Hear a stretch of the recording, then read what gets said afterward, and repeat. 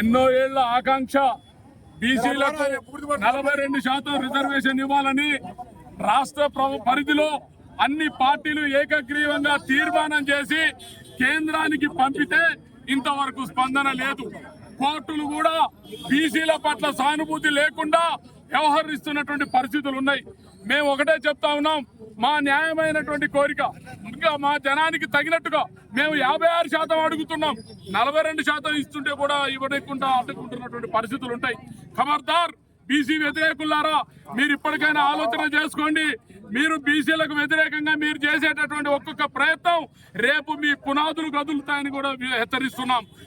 మీరు ఈ రోజు ఎంతో మంది కూడా త్యాగాలు చేసినాం. తెలంగాణ ఉద్యమంలో ఒక బీసీ అమరుడు అయితే తెలంగాణ రాష్ట్రానికి ఒక ఓసీ ముఖ్యమంత్రి అవుతాడా? మీరు ఆలోచన చేయండి. త్యాగాలు మాయి, పదవులు అవకాశాలు మీ.